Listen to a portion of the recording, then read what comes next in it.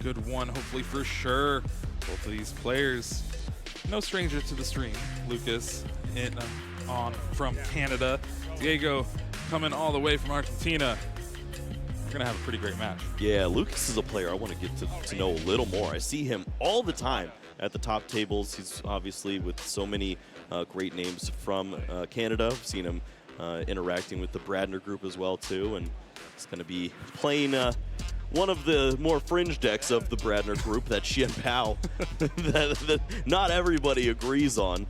And on the other side, Diego is going to be bringing out a new interesting deck, but without lightning energies. Maybe the hands don't do some magic. Listen, there's 14 lightning energies in the list. We can maybe sacrifice a few to the prize cards early, but nope. Maybe the psychic energies. Come on. Prime Catcher and a Barrel in the prize cards for Lucas could prove a little detrimental, but we'll have to see how things shape up for this matchup. Yep, this is one of the downfalls we've talked about with the A-Spec formats. It's in the prize cards. Ooh, that is an advantage for your opponent, for sure. Looks like Lucas is starting things off for us in this round 6. Bidoof in the active spot. And going first, that's not really where Xian Pao likes to shine. You always want to play that Irida or Arven going early. Yeah, absolutely agree. It's a scary spot to be in. If you are able to find the basic Pokemon, have the energy for that single retreat Pokemon, and to continue to draw, it is so good to go first.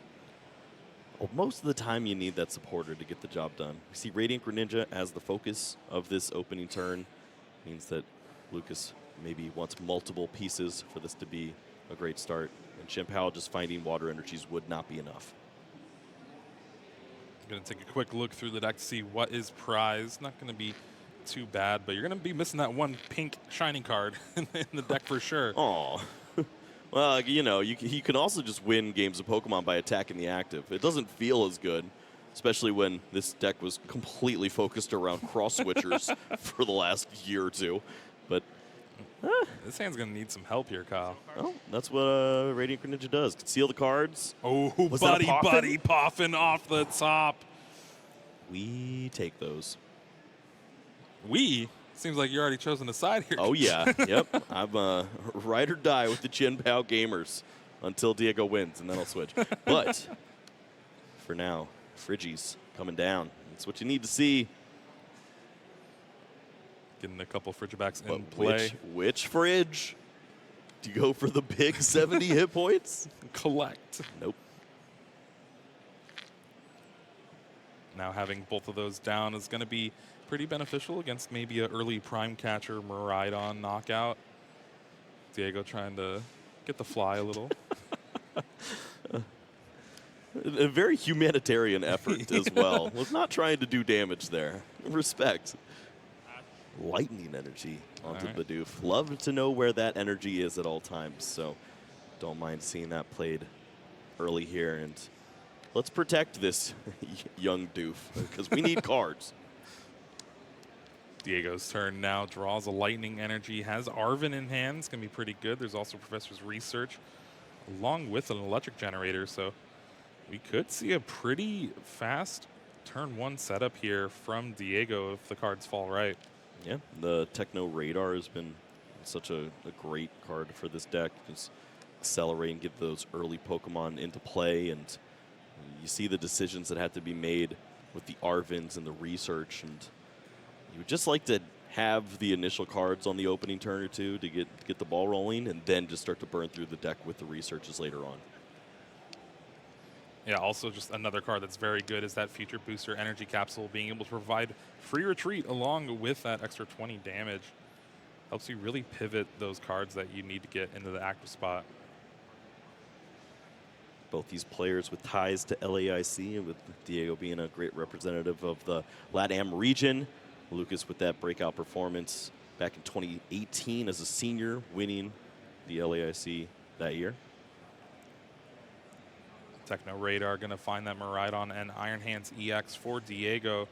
Now you got to take account of all these lightning energies, and you're kind of noticing, yeah, okay, I prized a lot of energies. Ruh-roh. Well, good news about Miraidon is, and will accelerate those energies for you, make it a little easier to find them. But when you're getting those energies pulled out of the deck, when you already have 3 in the prize cards, anytime that you're trying to look for cards off the generator, it's just that much weaker.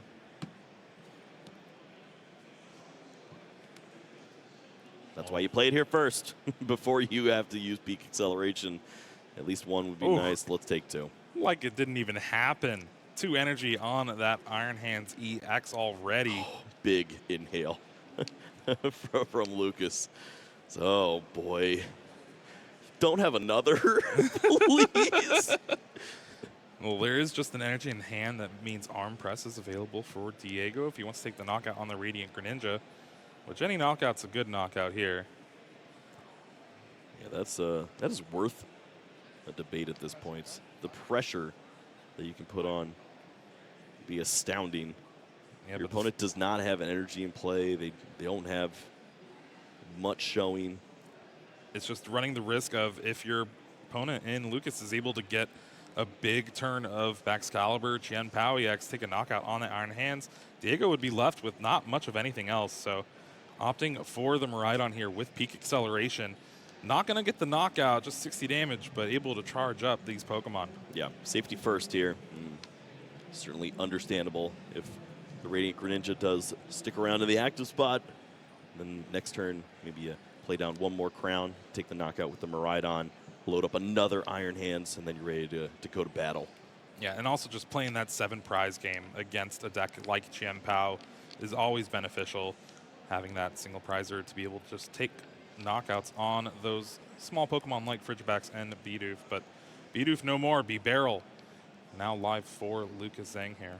Yeah, I mean, that's the beauty of this Chien Pao list, is it's got a lot of consistency, but it still does have some of those wrinkles. We talked about the 7 prize game, but if you are able to use that Iron Hands, you can start to manipulate those prize cards and maybe work in a different math. So Lucas has to think about all those things, but first, let's at least get a board established.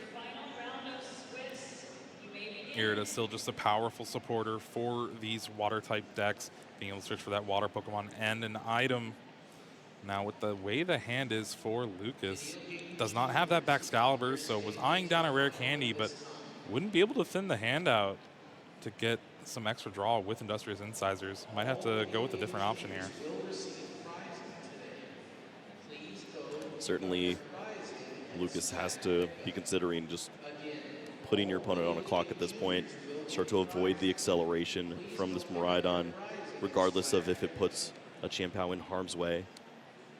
We see the bundle coming down here, and certainly Hyper Blower is something you have to consider if you want to attack into an EX Pokemon. You could switch this Pokemon out and maybe start to get aggressive with the Chien Pao. Yeah, no escape rope in the format now. Iron Bundle's the only way to really push that active out of the way outside of something like a Boss's Orders or Counter Catcher. Whew. We're going to see that Hyper Blower here. We've got a bird. Is it a bird or more of a robot? Everyone's a bird. But wait, aren't all the birds robots? Oh, no. We figured it out. Birds don't exist anymore. It's just Iron Bundles. Super Rod here is going to shuffle back in that Iron Bundle. Again, just trying to thin the hand down. Luke's trying to find Rare Candy Baxcalibur and maybe an energy or 2 off of his 3 cards. Oh, that was so close. Wow. I still believe we have concealed cards left. We got to keep chugging along at this point. Plenty of energies in the hand. The superior energy retrieval added to the hand. People, when they watch Chien Pao, they definitely have been divided on the quality of play for the deck. No and backs. It's all about the sequencing here, trying to maximize your resources, finding that Rare Candy Baxcalibur along with the number of energies needed. And unfortunately, that concealed cards did not find that Baxcalibur, and we're just going to have to pass the turn back. Diego already having that Future Booster Energy Capsule on the Iron Crown. That's for your treat. Yeah. Jeremy, is that good here? It's pretty good. Yeah. It looks I would say so. Really good here. Miraidon getting the capsule as well. That is scary. This Pokemon can take knockouts pretty quickly. It's one of those forgotten attackers, but with the Psychic Energy, can be dealing 160, and then you just need one more crown to knock out that Xian Pao. Forgotten supporter here, too, in Professor's Research, being able to discard that hand to draw 7. Diego finds another Techno Radar. There's a double generator in the hand. This is insane. We're zooming. Look, I mean, Iron Crown think and about Iron the Hands. position that we were talking about. If the Baxcalibur is found, Lucas takes the initial opening prize cards. It's going to be ahead the entirety of the game, likely, if he's able to take that knockout and find another Chien-Pao. Instead, now we're in a spot where Diego's attacking with a single prize Pokemon, loading up potentially 2 Iron Hands EX with these generators. He is finding those lightning energies. That's why you play 14, right? You prize 3, and you already accelerated a couple. There's already 5 in play. 1 6 in energy is play. a huge win right now. Yeah, not only the fact of Lucas missing that knockout, it would have been a knockout on an Iron Crown, which limits the amount of damage that these Iron Hands are able to do later on. Another electric generator here. That's what we're talking about. Finally, Diego whiffs that card. Yep. That's the expectation when you get to this point. When you see all these energies on board, your understanding of the prize cards, eventually it's not going to all work out, but that does mean good news for everyone watching at home, because at least the board state's not a checkmate yet. Miraidon is ready to take a knockout. There's 1 Iron Hands ready to roll, it looks like, but Diego's still not finding those lightning energies. A little bit of a window here for Lucas. A Sparking Strike dealing 160 plus the 20 from that Future Booster Energy Capsule, and then the extra 40 damage from those Iron Crown EX on the bench. Just enough to take the 1-hit knockout on Chien-Pao. And doing it with a single prize Pokemon is exactly where Diego wants to be. And saving that Iron Hands EX for potentially a heavy baton, so you can just keep those energies in play for a big knockout later. Well, here is the return strategy. Iron Hands of your very own. Amp you very much would be a welcomed attack on this turn, but I still haven't seen... I think an attack would be a welcomed attack right now. Let's calm down, because there are some bad attacks we might be able to sprinkle in. Tail Smash? Yeah. Let's get a good attack. Buster Still, the options are not in the hand just yet. Radiant Greninja maybe has to draw out of this one with concealed cards. Bax? Irida? Baxcalibur? Oh, Irida. it was Irida. That supporter's going to open up this hand a little bit for Lucas now, being able to search for that Baxcalibur. And all that comes with it, already having the rare candy in hand. Yeah, not the clean start you're looking for, but turn 3 Baxcalibur means that you're still in this thing. You have a great attack lined up this turn, but is the damage already done? You see Diego's board. It is impressive. Freer Treater, energies all over the place. Additional damage from the ability of the Iron Crown. Well, finally, Baxcalibur gets into play. Super Cold is now available for Lucas. Going to charge up any Pokemon he chooses. Going to see a superior energy retrieval here, potentially after this retreat. No, there's enough for. So, like you were saying in the beginning of this match, that lightning energy in the discard, you know where it is. Going to be easy to find with the superior energy retrieval. Yep. As long as you continue to repeat the word super cold every time you play one of those blue energies, you're going to be in an okay spot. I've seen players before do this. I don't know if it's ever happened on stream, but it's a pretty silly mistake to make. So, we just went with the classic attach the lightning energy first, and then just point to super cold, say it once, and then attach all 3. All right, I respect that. So now this Iron Hands EX is fully powered up for an Ampy very much. Luke's going to be able to tie up this prize trade here. Desert Synthesizers first finds another Irida that could be pretty good for next turn. But finally, Lucas, after using a lot of resources, is able to cobble together an attack off, take a knockout, but it's on that Miraidon. Yep. But as you mentioned, we're back on that prize exchange. This is a welcomed spot for Lucas. 4 to 4 prize cards. Pokemon with pretty high amount of hit points in the active spot. You're not looking at Iron Press knockout right now. It would have to be a combination of a couple more of those crowns. Well, Arvin here is going to allow Diego to search for that heavy baton. Such a great tool card for exactly Iron Hands EX. Yes. It knew the mission. it lines up so well. Just continue to make use of the energies that you have, knowing that those energies, we have some in the discard pile, some in the prize cards, plenty in play. Generator trying to look for a little more insurance here. The last lightning energies in the deck. Ooh. Got another one. Do you know what seems pretty good to me, Kyle? Let's hear it. A Prime Catcher on a Excalibur. Amp you very much. All right. Sounds good to me. That sounds game-breaking. Honestly, I might go after Bieberl. Yeah, like, true. I know that Irida into Excalibur happens so frequently, but maybe we could avoid the additional resources, the Prime Catchers and the other cards coming down. But Diego is going to. I mean, say, what's Lucas's Iron Hands going to do against your Iron Hands? Am I right? Or maybe you have a read too on the prize cards. Lucas really struggled to find Excalibur. You knock this one out, and maybe it's difficult to find a second one. It's usually that 302 line that we're familiar seeing, and this could be the one that just takes him out. And honestly, having access to all 4 Iron Crown EX is just sealing up the game for Lucas's own Iron Hands EX. Yep. Dealing now extra 80 damage with your attacks here for Diego. It's got vibes of the old Thunderous Deoxys. Love it. Holy moly, it does a lot more damage and takes more prize cards. Power creep is real. Oh, yeah. Lucas promotes that Radiant Greninja just to hopefully pivot.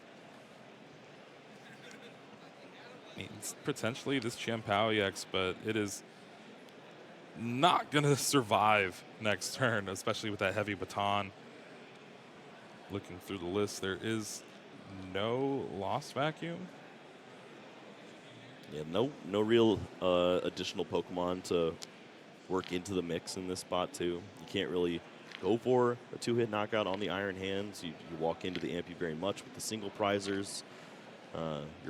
Your Iron Hands attacking into this Pokemon is just a stalemate situation where you don't come out on top. So which attack do you go for in a spot like this when Diego's just 2 prize cards away? Honestly, I'm not sure. Personally, I would be just going into game 2. You kind of see that heavy baton there. I guess with the Iron Bundle, you're going to force Diego to give up one of those Iron Crown. He's going to have to... No, it's still going to be enough to take a knockout on a Chimpao. With 3 Cobalt commands active. Diego valuing the free retreat in the active spot. Well, I think that's the thing, right? If you bring up the other one, there's a possibility that Lucas just doesn't do anything. Yeah, yep, here we go. Lucas said, "Oh, well, darn, that was my plan. I was gonna triple Moonlight Shuriken your crowns if you sent up the wrong thing." Exactly. But I guess you do have to put the world champion in that spot to make the right call. With a pretty good game 1 win here in round 6 for Diego Cassiraga. With this future toolbox deck, focusing on that Iron Hands EX. Such a powerful EX card ever since it's released. Finally, maybe having its time to shine. 2 of them made top 8 in the do EYC. Not go into the prophecy, okay?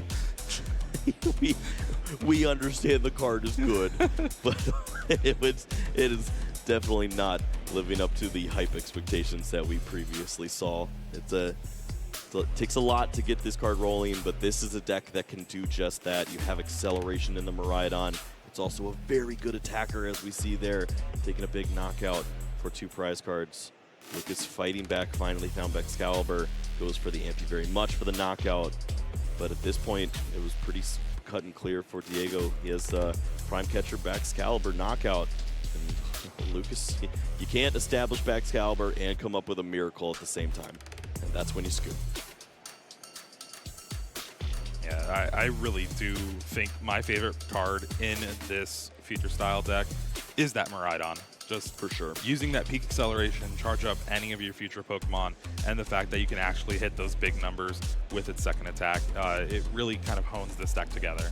Because if you're relying on Generator to charge up those Iron Hands every time, you're not going to have a good time. Yeah, I mean, it's one of the things I disliked about the early Miraidon was you have to commit all these, squawk abilities and random Pokemon to burning through, finding generators, and this deck doesn't worry about that. It can play all of these Iron Crown Pokemon down, and they provide additional benefits instead of just being two useless prize cards on the bench over and over again. I got a quick peek at Diego's hand there. I think it's 3 Iron Crown, an Energy, and Professor's Research. Could be pretty good going in second here. Oh, the 1 Lightning and Energy in the prizes for Lucas.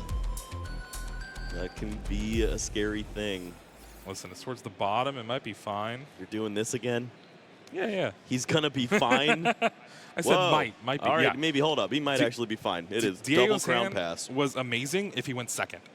There's also double Generator now, which is a little bit scary because there's no Iron Hands on the Where's your board. Lightning Pokemon now? Yeah, that's actually tough when you see the focus onto the Professor's Research. You have the generators, but you don't have the Lightning Pokemon to take advantage of them. It's just a pass of the turn over Lucas, starting with the Buddy Poffin. This is the turn 1 you were talking about last game. Yeah, having access to both that Bidoof and that Frigibax here. And taking a look at the hand, you already have that Baxcalibur, you have Irida. Okay, this hand is looking great so far. Yep. One of the early issues that this deck had initially was if you don't start with a water energy, it stinks. We got Earthen Vessel now. Who cares? Earthen Vessel can search out those energies. You have that energy for the Radiant Greninja to use concealed cards, to retreat to a Chien-Pao if you feel comfortable. Then you can use Shivery Chill and draw some additional cards. Really just depends on how Lucas feels about Diego's opening turn. Discards Silene off of that Earthen Vessel. It's one of the supporters that you mentioned to me earlier where people were kind of off and on after EUIC in this Chien-Pao list.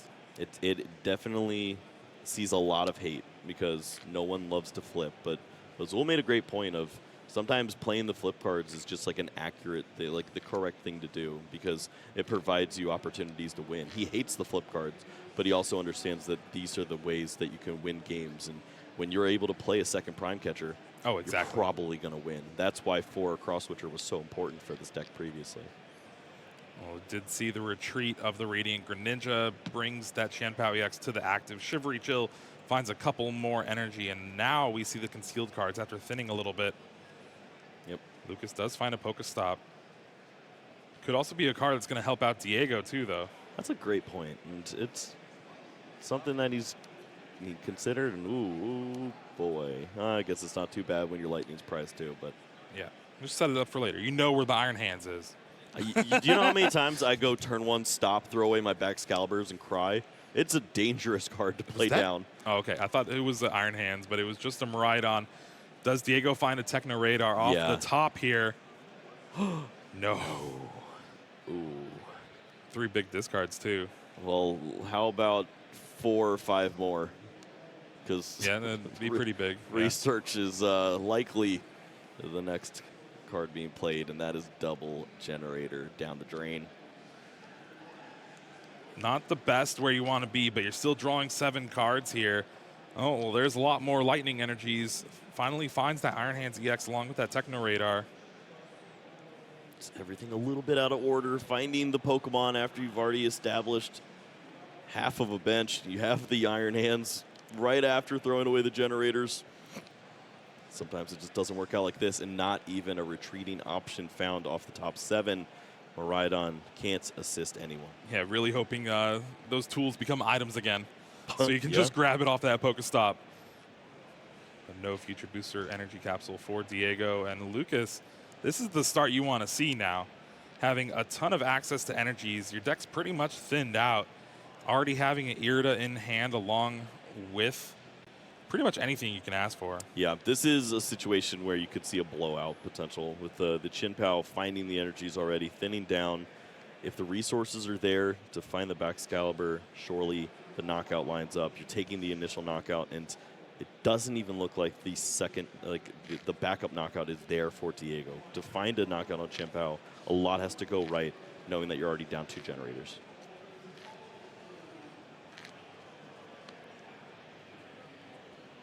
Well, there was, what, the Ultra Ball? Rare Candy. Concealed cards does find it. And okay, There's Lucas was saving the Ultra Ball. All the pieces lined up. So we're going to have a knockout this turn for sure. It's going to put Lucas pretty far ahead here, especially with the way Diego's hand has been these first couple turns. Yeah, very scary spot. And you think about now having access to the prime catcher, avoiding the 7 prize game with the Miraidon, whatever it may be. Lucas should be able to play that game pretty flawlessly. All right, worth it. Is. Having prime catcher in the hand is always great.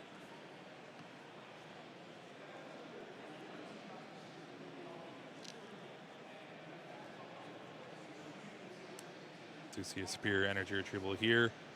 Luke's going to have to manage these resources, but has enough energies to be able to pick up a knockout. Discarding energy super rod, though. Yeah, I was trying to see if there was an opportunity to even like use the super rod or not discard this Chin Pao. Then you could try to have another Shivery Chill this turn. You could retreat this Pokemon for 2 energies, get full effect out of the superior energy retrieval, and maybe have an additional resource. It doesn't matter if you have the second Chin Pao down because you're likely going to be using that as an attacker with the prime catcher next turn. Instead now, it's 1 Chin Pao, 1 in the discard pile, and down a super rod. Maybe that's the avenue Diego needs to turn this thing around. Yeah, down a super rod, and Lucas just picked up that lightning from the prize cards, so that would have been a card to play to get that Iron Hands EX back into the deck, especially if Diego's going to be attacking with a Miraidon this turn. And Lucas also could have grabbed an extra energy by discarding energy off of the Ultra Ball. But again, I think you just kind of value everything in the hand. Nest Ball with the Super Rod left in hand can go get that Iron Hands. And pretty much Lucas has everything except for something like that B-Barrel. Yeah, seems like although it was difficult to maneuver the hand, it still ended up with a pretty favorable spot here for Lucas. Diego trying to find the answers. This is a good Arven here. Heavy Baton, so you can save those energies on the Iron Hands EX that you're going to charge up along with the counter catcher to bring up that Bidoof. And this is going to shut off the draw power a lot from Luke's side of things. Just going to be left with Radiant Greninja to try to figure things out. Yep, it's only 1 prize card, but of course you have the opportunity later in the game to use Ampy very much, take some additional prize cards on some unsuspecting Pokemon when you have all of the damage amplifiers that you do. Here we see the Mew EX being brought out with Nest Ball. Diego's going to try to thin down that hand to use Restart, draw a couple more cards. Also a good beneficiary of Heavy Baton's energies. Yeah, sometimes we've seen some sneaky attacks from the Mew. Doesn't always line up in this matchup, but I'm honestly just excited to see energies in play at this point. Diego is battling back. Diego did not attach the Heavy Baton to that Iron Hands. Oh. Which could be a little rough knowing that Lucas has that Prime Catcher in hand. And that could be just the bulk of energies that you were trying to set up. Yeah, this feels like walking into a bear trap. Certainly dangerous now with the Prime Catcher that could target down this Pokemon. You remove the Iron Hands from play here. That is tough sledding. Oh, I get it, because all the snow and cold. And there's cold stuff happening out there. Iron Bundle is going to shuffle back that Murad onto the bench, bring up the Iron Hands EX with the 0 energy.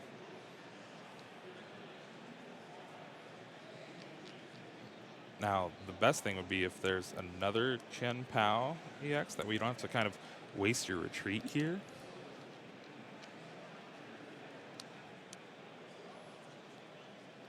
Yeah. Couple Bidoof going back in the deck. Really wants to get this done with one Pokemon EX in play.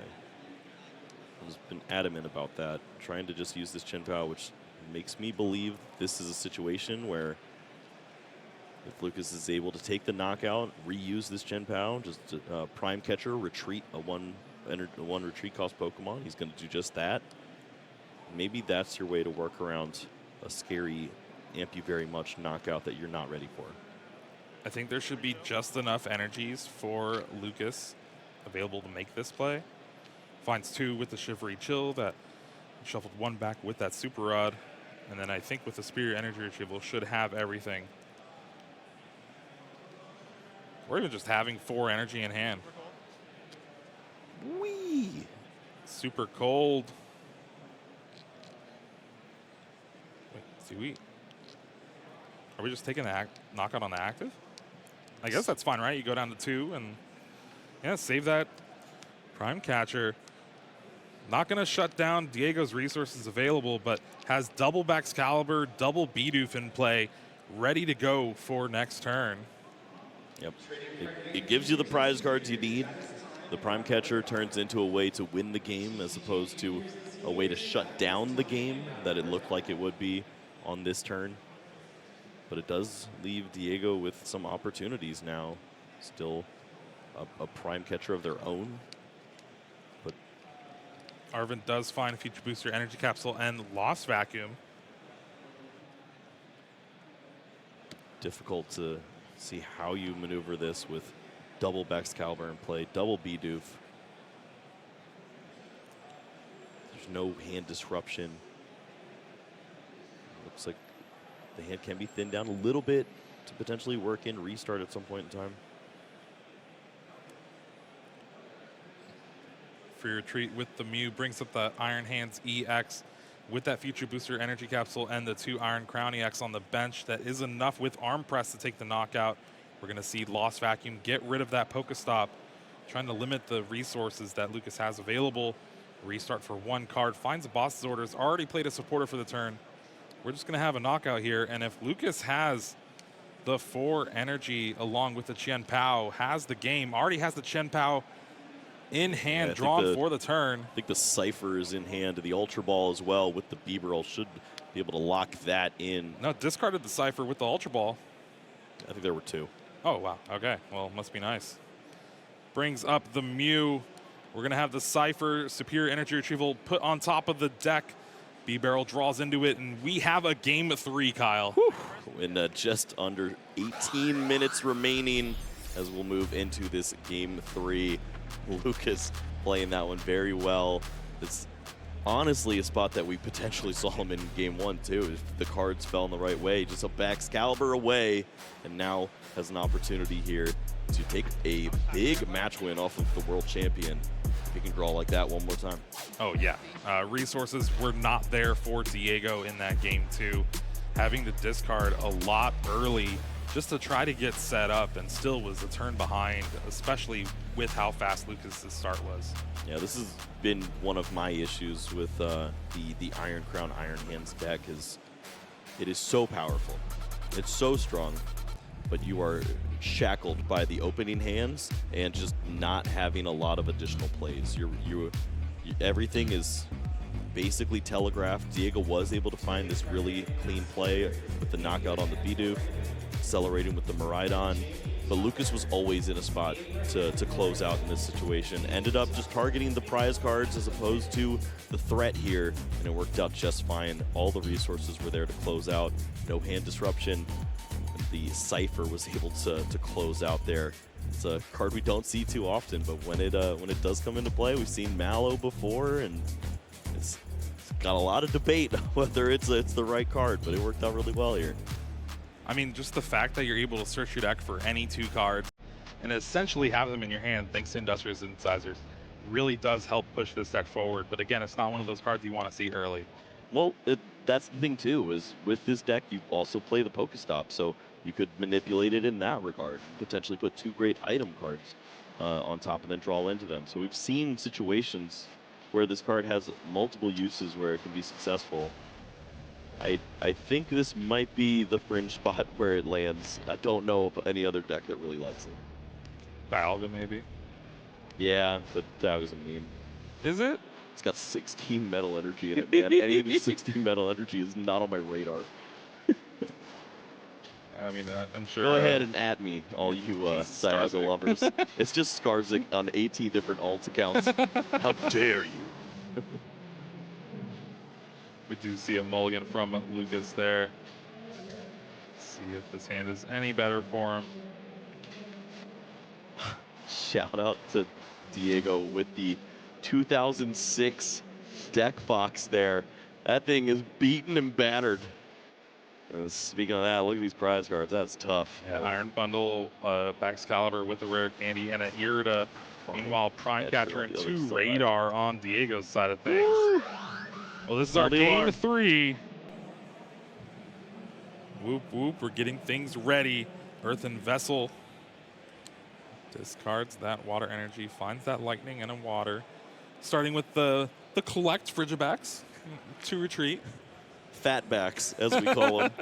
He is better than the previous Fatbacks. He's 40% larger. That's true, just like Orlando Regionals. And he does draw cards. But if you are drawing cards, you've already lost. Oh, boy. No, no, no. All right. No! Well, how about Lucas, no! How about not drawing cards? That's gotta be it. That's gotta be it. Diego already has the Techno Radar in hand. Oh, there's boy. no energy, but there's a Professor's Research in hand. Has the Iron Crowns, the Mew EX. You can even grab an Iron Hands EX and an electric generator to it. Friggy! Oh, boy. Yeah, this is bad news. Do you even electric generator? Yeah, I don't think you do. Pull the energies out. I think you just accept the fact that you are very likely to find them off of the research and you go for it. You just need one energy here. I guess it makes sense here because you get to draw 1 with the Mew. So it's not the end of the world, and if you hit 2, then you're that much closer. But not yeah, even you don't take it. That's perfect, where it's at. That's world champion right there. That's right. Now it's sitting right on the top. Come on, restart. Yeah, not even needing the research. Just Lucas is wishing we restarted this match. 1 card, 1 energy. Oh! There it is. And just like that, Diego taking game 3, moving to 6-0 with this future deck. He cooked. Oh, he cooked for sure. Wow. The beanie has been an absolute staple of his play for 20 years. And it's never looked greater than this moment right here. Look at that, taking a nice clean turn 1 victory here at the biggest regional of the year. That is one of the reasons to play this deck, right? Just being able to capitalize on your opponent not getting another bench Pokemon. You do a lot of damage early. I don't think Lucas is ready to leave the table. Yeah. He's like, can we actually play game 3? Set up, man. Like, this deck's really fun when it works. Again, that's one of the things where sometimes going second with Xianpao is where you want to be, just so you can use that Irida that was in the hand. But we're going to see this replay of this match. Very exciting back and forth from both of our players here. Diego having that stellar start and the kind of checkmate with that heavy baton. Yeah, this is so often a match of who's able to take the opening prize cards. Lucas had an opportunity in this game 1, missed the Baxcalibur, fights back with the Iron Hands, and takes a knockout to even out the prize cards. But it wasn't enough. Diego was able to take big knockouts, led into that game 1 victory. Game 2 was all Lucas all the time. Ends up in a great checkmate situation of his own with the double Baxcalibur, double Bidoof setup, just taking prize cards left and right. Yeah, the fact that the turn after Diego took a knockout on the lone Bidoof Lucas was like, all right, I'm going to get both out this time. That's right. Set up everything I need to, and having access to pretty much the entire deck with that Cypher. Whole hand played out in game 2. One card played out in game 3. Poor There's Fridge. a couple, you know. Earthen Vessel, there's a few energies found. You think that makes him feel better, Jeremy? Oh, no, it makes you feel worse, honestly. When you tell your friends this story, you say, I fridge passed. and they go, dang. There it is. That's all you need. Diego finds the energy without the supporter even being used. And I like to think that it was the energy off of the generator. Oh, it definitely was, yeah. It is that one. Just not taking it, just very heads up, like, yeah, as long as I draw an energy, I'm going to win this game.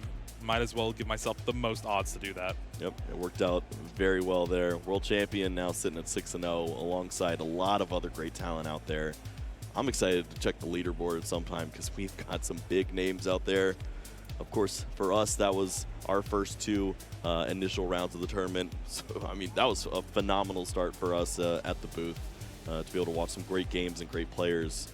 But I'm just as excited to go out there and watch some games and see how the rest of the field's doing. Oh, there's just so many players. We can only feature one match every round, and you have to hate it just because there's so many good games out there. Yeah, I mean, everyone just needs to throw a camera on their forehead and give us some quality gameplay out there. I could sit there and watch it all day. The first-person view of Yeah, all the games. Yep.